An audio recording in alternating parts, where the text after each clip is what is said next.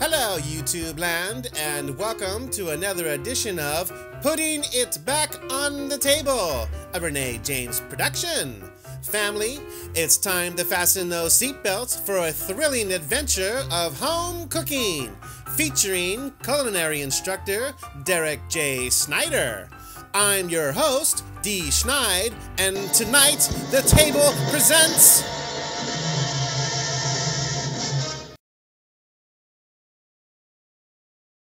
Fusilli Puttanesca Tri-Colore Part 1, the introduction. Hello, YouTube land. I wonder, can you smell what we're cooking today? It's a little fishy, a little vinegary, a little tart. It smells a little stinky, to be quite honest. What the Romans would have said smells puttida. I hope I'm pronouncing that right. If not, I'm sure you'll let me know. I also probably just gave it away with that, so I'll just come right out and say it. Puttanesca, that's what we're cooking today. A sauce that literally means from junk or trash, or another word that I probably shouldn't mention in front of the little ones, so let's just be sure to dot our I's and cross our T's before we stick a Sam Hill in front of it. Now there's two stories floating around of its origin. Since one is less risque, we'll start there. It's 1950-something at a popular nightclub in Ischia, an island just off the coast of Naples, Italy. Some last-minute guests quickly took a table just as they were closing.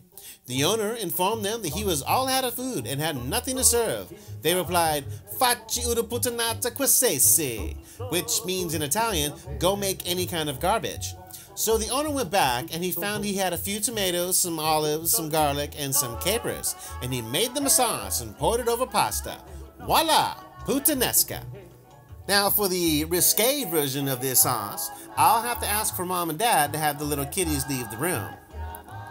Are they gone? Well, if not, that's on you. So remember when I said puttida means stinky? Well, let's go back to Italy in the 50s again, only let's go back to the 1850s. Puttida is what they referred to the women of the evening as being, or puttana, meaning whore, and whores were perceived as garbage by the socialites, so they were puttanata. Now these ladies of affluence were very streetwise and knew just how to attract their fellow John. Fastest way to a man's heart is through his stomach, and the fastest way to his billfold is by giving him exactly what he's expecting.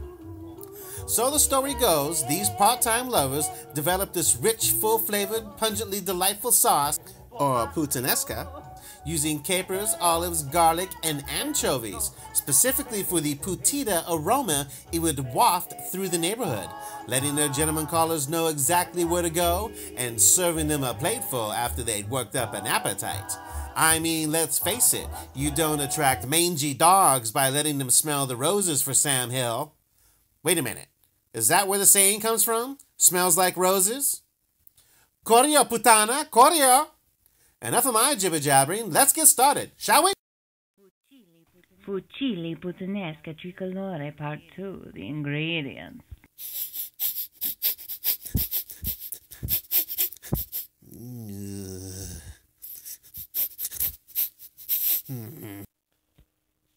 Olivie, caprio, anchovio,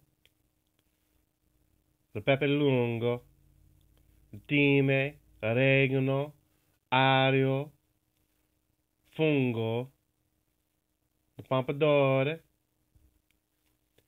sale, pepe nero, limone, pepe verde, parmesan reggiano, cipolle, pancetta, olio olivie, salsa pomodoro, fusilli Tri-Colore. Fusilli Puttanesca Tri-Colore Part 3, the preparation. Okay guys, we have a lot of items to get prepped, and D. Schneid had a very lengthy intro on this one. I don't want to lose you due to boredom, so let's get going. Start with the onion.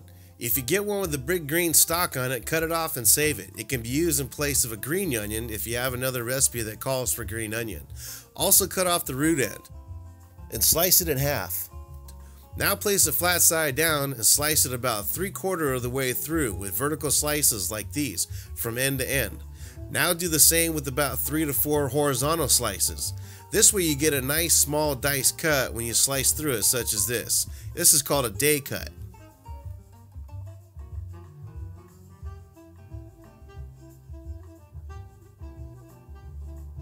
Do the peppers next, starting with the green pepper. Slice it in half long way and remove the core and seed. Then cut off the tops and bottom pieces so you can get a nice flat piece to work with. Now carefully slice through the white membrane that is still left inside.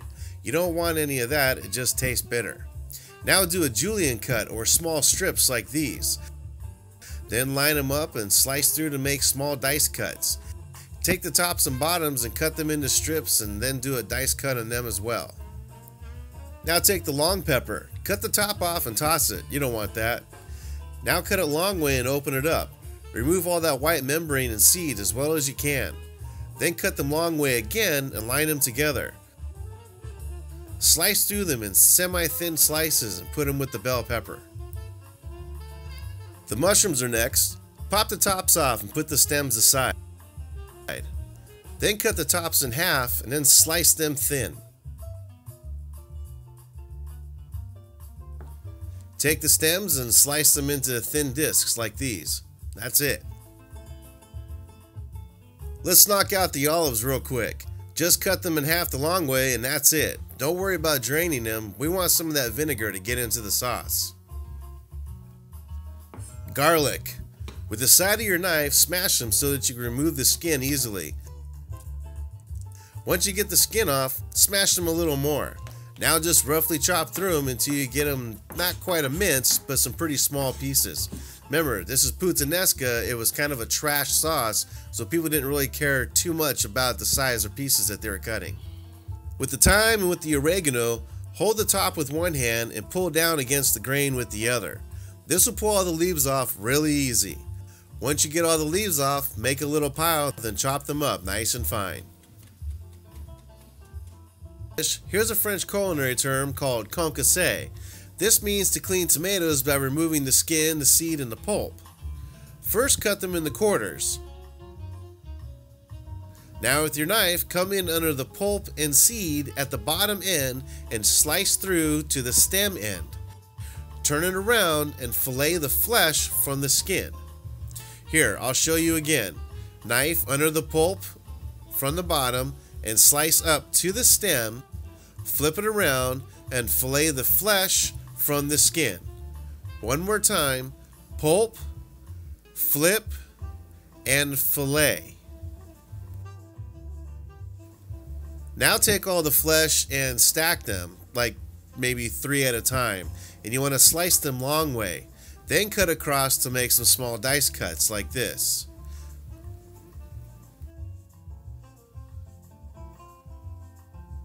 Last, the lemon. Just roll it out really good to release the juices and then slice it right along the equator.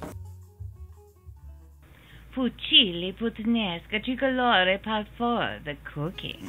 Alright, now it's time to cook this pile of trash. Or as Dee Schneid would say, this dirty girl. Heat your pan until it gets a little ashy on the bottom, then bring it down to medium heat and toss in the pancetta. No need to add oil at this point as the pancetta has a lot of fat in it that we're trying to render out. Once it gets nice and brown, almost crispy, go ahead and remove it from the pan. Now drop in that anchovie. I know it doesn't sound appealing, but believe me when I say most great tomato sauces start with it. You would notice if it was missing, I assure you, especially when it comes to a real nice pizza or a marinara sauce that you're used to eating. Don't worry about it too much because you're going to cook it until it dissipates into all that oil. Now let's toss in our peppers and start to sweat them down. Once they get nice and soft, go ahead and add the onion and do the same thing. Now that the onion is translucent and you can tell that it deglazed the pan by how brown it got, go ahead and toss in the garlic. But only cook it like this for a minute or so or until you can smell it. There's not much liquid in the pan and it could burn. Now let's toss in those mushrooms and cook them down so they release their water, they shrink, and change to a savory brownish color. Toss in those tomatoes and cook them till they start to look really soft like stewed tomatoes. In a way, that's what you're doing to them. Once there, add the olives and the capers and move them around to get all their salty, vinegary juices mixed up real good. Then toss in the pancetta and get all that bacon fat moved around in there. Now we can finally add that tomato sauce. Stir it up real good and let it simmer on medium-low heat, stirring occasionally. You want to reduce this so it gets really nice and thick, but not too fast. You want to make sure all the flavors in there get enough time to meld. This is the secret to a good tomato sauce of any kind. At the same time, put enough water in a pot to cover the pasta and start to bring it to a boil. I already had mine on the stove to the right of the saucepan, so all I had to do was turn on the heat. Once the water boils, put your pasta in and cook it till it becomes al dente. About 10 minutes or so, or until the pasta is cooked but is still firm. At the same time, add the thyme and the oregano. Stir it up real good and cover it on low heat. By the time the pasta is done, so will the sauce.